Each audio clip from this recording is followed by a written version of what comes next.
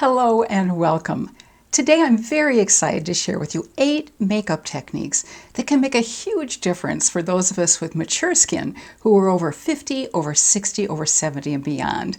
If you're new to my channel, let me extend a very special welcome. My name is Elise, and I'm a professional working makeup artist who's passionate about and who specializes in helping women like you and me who are over 50 look on the outside how we feel on the inside so we can look and feel more confident.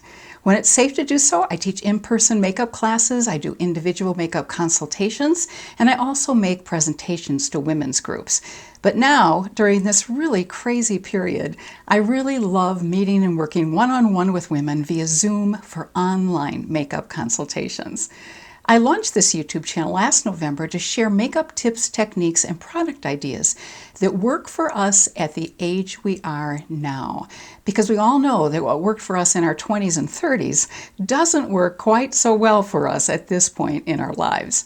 So I hope you'll find these weekly YouTube videos to be both helpful and inspiring. I also hope that you'll join our wonderful family of subscribers by hitting that red subscribe button.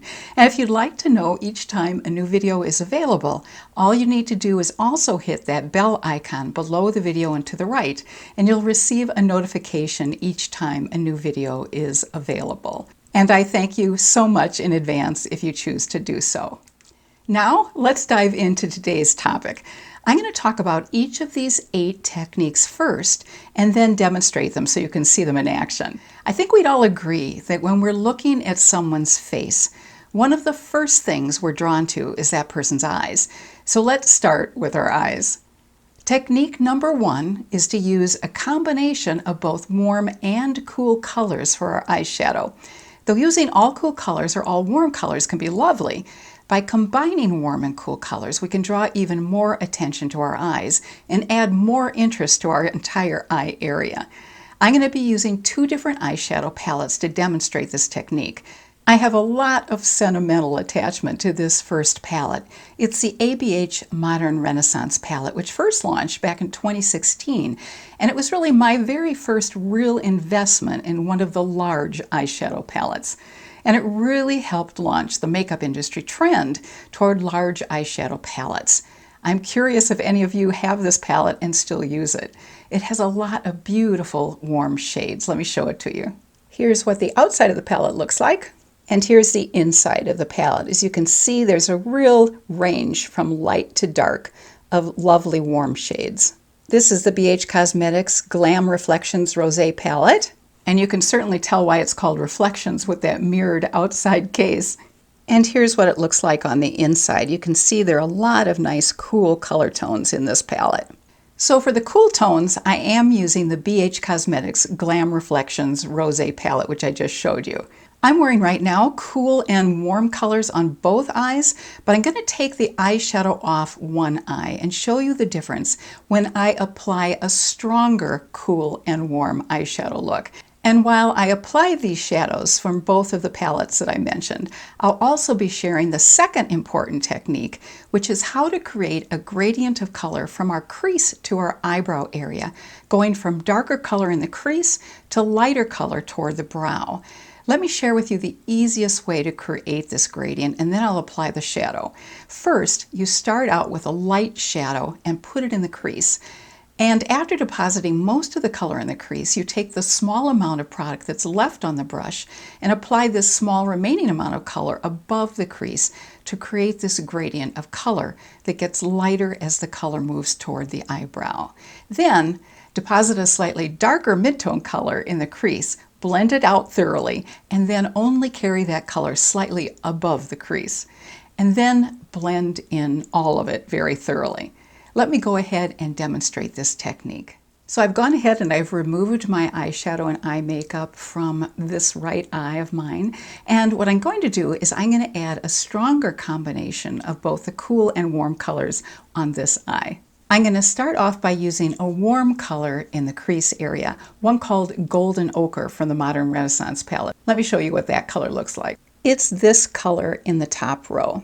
I'm going to take a fluffy Sigma blending brush, and I'm just going to start right in the middle, and I'm going to put most of the deposit of color right here in the crease. and build it up a little bit. So in addition to applying eye primer after removing the eyeshadow in my eye area, I also applied a very light skin tone color of eyeshadow all across my eyelid. This just helps make it easier to blend in colors. It will also reduce the pigment amount of the color, so I'll probably have to build color a little bit more than if I didn't apply that skin tone eyeshadow color first. I'm using the golden ochre one more time. And as you can see, I'm putting the greatest amount right in that crease area. And then to create the gradient, I'm bringing the brush right up toward my eyebrow because I have very little product, very little eyeshadow left on the brush at this point. So I don't know how much this is going to show up on camera, if you can see that gradient. Now I'm going to take a cool tone from the BH Cosmetics palette, Glam Reflections Rosé. I'm taking the third color from the left in the top row. And I'm just going to put that in the crease area. So I'm combining really warm and cool colors in the crease, and I'm using the cooler color to have a little bit more definition in the crease area. Then I'm going to take the brush that I used for the golden ochre, and I'm going to use that to just blend the crease color into the golden ochre. And then to increase the warmth of the look, I'm going to take that orange color on the bottom row to the far right of your screen. I'm going to put that again toward the outer part of the crease area. And I think you can already see the difference that that's making in warming up that area. And I'm going to go back and take my blending brush that I used for the golden ochre and the cool tone color, and I'm going to blend that out. Then I'm going to take this Venetian red color and put it in the crease on the outer edge and also in the outer lid part of my eye. Just going to stamp it on the outer corner and then into the crease area. I think you can see the additional warmth that that's bringing to the eye. But now we need to do some really good blending.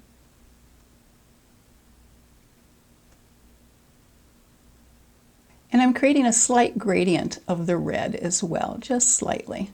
Just going to build that area a little bit. I'm adding some deep brown along with the red. And I'm blending in both the eyelid area as well as into the crease. Now I'm taking a clean brush and I'm going to do some thorough blending all around the edges on both the eyelid and in the crease area as well. So now you can see what that eye area is looking like. Now if you want to soften it, you can also take a lighter color and go around the edges of the crease as well as on the eyelid. I'm taking that lightest color on the top left row of the Modern Renaissance palette, and I'm not going to pronounce it because I'm not quite sure how to pronounce it. I'm just taking a little bit of that color and I'm going on the eyelid area just to soften that, and then I'm going around the edges of everything I've done, and even going all the way up to the eyebrow. And then, just to add a little bit more emphasis to lift the eye area, I'm going to add a little bit of a lighter vanilla color just under the arch of the eye. And now we have the final softened look that combines a little bit more of the warm colors with the cool color. So as you can see, I've created a gradient of cool and warm colors. The gradient was primarily the warm golden ochre. So I think you'll notice that by using stronger warm colors as well as cool colors together, you create more interest and a little bit more attention to this eye area. Now for the third technique, using eyeshadow as eyeliner. This can really help us look our best because when we use eyeshadow as eyeliner, we're creating a softer, more natural look. It still adds wonderful emphasis and delineation to our eyes, but it's not quite as strong or harsh a look as a heavily defined line across the eyelid area. And the other wonderful thing about using eyeshadow as eyeliner is that it's far easier to apply because we don't have to apply it perfectly. Just apply the eyeshadow as close to the lash line as possible with an angled or a flat top brush, and then use the brush, an eyeliner pencil smudger, or a Q-tip to gently blend out the shadow to create a gorgeous soft look. Now, of course, there will be times when you want your eyeliner to look stronger, but for a natural everyday look, eyeshadow as eyeliner looks really lovely. I'm going to go ahead and do that on the eye we've been working on. I'm going to take the deepest brown color called Cypress Umber from the Modern Renaissance palette. It's in the far right-hand side of the top row. I'm going to take my angled brush, then I'm going to have to move really close into my magnifying mirror. And I don't see well out of my left eye, so I'm just feeling my way along the lash line as close as possible to the lashes. And I think you can see that this created a really nice, soft, natural eyeliner look. Let me show you a closer look.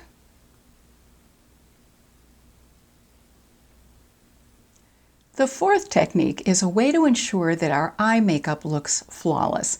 When we've completed our eyeshadow and our eyeliner, it's extremely helpful to look in the mirror and tilt our head back. This allows us to see our entire eye area from the brow down to the lid and to the lashes, so we can quickly and easily see if there's an area of our eyeshadow that we need to blend out more thoroughly. We may want to take a brush with no product on it to do some more blending, or we may want to use a color close to our skin tone color to soften the look of an area. Blending and then more blending is definitely the secret to a gorgeous eyeshadow look. So I'm going to tilt my head back and take a look at this eyeshadow and see if I need to do some more blending. So I'm tilting my head back. This way I can see my entire area of the eye, and I think we look pretty good, although I am, just to be on the safe side, going to take my blending brush and do one more blending. All right, and that's the final blended look after checking out my eye. Next, for our fifth technique, we're focusing on our eyelashes. I know an eyelash curler can be an intimidating tool, but curling our lashes makes a huge difference. Once we curl them, we can really see our lashes and they look longer and fuller. If you've seen any of my other videos, you probably already know this technique that I'm going to share with you that gives the very best curl to our lashes. I'm going to go ahead and show you. So I'm taking my eyelash curler, I'm going as close to the bottom of my lashes as possible without pinching the lid. Then I'm going to lift my elbow. This creates more curl. I'm going to hold for 5 seconds, then I'm going to stair step up, hold for another 5 seconds, and again stair step up until I reach the very end of my lashes. Because I don't have mascara on, I don't know how well you're going to be able to see how much more curled my lashes look, but it did make a huge difference. You can also see what a huge difference it makes to have mascara on.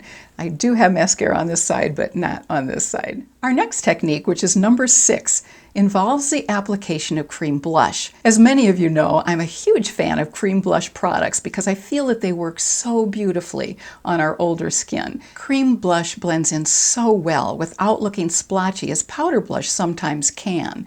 And there's a technique we can use to apply cream blush which not only makes the application easier, but which adds more moisture to our skin while also creating more glow. We can simply put some moisturizer on the back of our non-dominant hand, then put some cream blush next to it. Then all we need to do is mix in just a tiny bit of the moisturizer into the cream blush and apply it. It will glide on effortlessly and will also blend in so easily.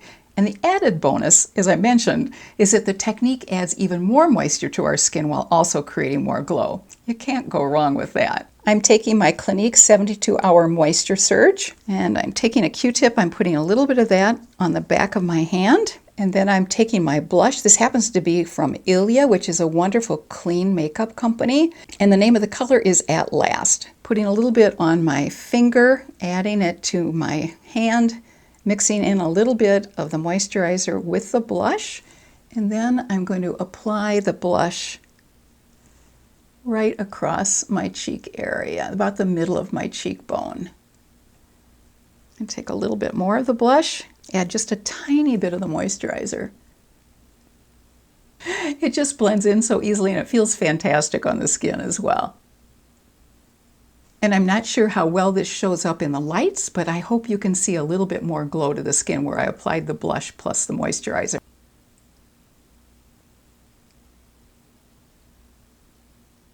Technique number 7 is all about how to create an overall flawless look to our face with our foundation and blush.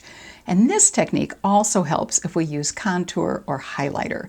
The secret is to use a buffing brush and or a makeup sponge to go over our foundation and the edges of any blush, contour, or highlighter that we've applied. This technique ensures that everything blends in seamlessly together, so we don't see any lines where our blush, contour, or highlighter begins or ends. Let me go ahead and use my foundation buffing brush, and then I'll go ahead and use my makeup sponge to meld all my makeup together beautifully. This is the buffing brush that I'm going to be using. This is from Eve Pearl. And I'm just simply going to go over the edges of my blush, over the edges where I applied contour earlier, and blend it all together. Just makes it so it flows from one to the other without any noticeable differentiation. Then I'm going to take my makeup sponge from Real Techniques, and I'm simply going to press it in all the way around. And on a warm day, I can tell you, this feels really wonderful when you have a dampened sponge that you're using. So it's just a patting motion. And I like to hit the bottom area too where I applied contour. And our final tip, number 8, is the final makeup step we can use to make sure that our makeup looks as good by the end of the day as when we first applied it in the morning. And that's to use a setting spray. Now we can either spray it directly on our face with our eyes closed, or we can spray some setting spray onto a dampened sponge and then press it onto our face. And even if we spray the setting spray directly onto our face, we may also still want to take a dampened sponge and gently pat the spray onto our makeup. I'm going to go ahead and spray it onto my face and then gently press it in with my makeup sponge. I'm going to be using the Urban Decay All Nighter Setting Spray. I'm going to shake it, then I'm just going to close my eyes, and then I'm going to just pat it in with my sponge. This will ensure that it really sets into the makeup, which will really help the makeup last even better. Using setting spray will ensure that our makeup will not only stay in place, but also look just as gorgeous as when we first applied it. Well, that concludes our rundown of 8 tips that can make the biggest difference in how our makeup looks. I hope you found these tips helpful, and if you did, I'd so appreciate it if you'd give this video a thumbs up. Giving a video a thumbs up encourages the YouTube algorithm to suggest the video to other people, which helps a channel grow. Many of you have reached out to me and been so wonderfully encouraging about my videos, and I want you to know how much your kind words mean to me and how appreciative I am of your support. A huge thank you. And it's really fun getting to know so many of you through your comments. So today, I thought it would be fun if we could share with each other the 2 most beautiful places that we've ever been. It will be really interesting to hear your thoughts on this, and it may also help all of us add some places we'd love to visit someday to our bucket list. My 2 picks would be Zion National Park in Utah and Vancouver, British Columbia. Thank you so much for stopping by today, and I hope you stay happy and healthy and have a fabulous rest of your day. Take care.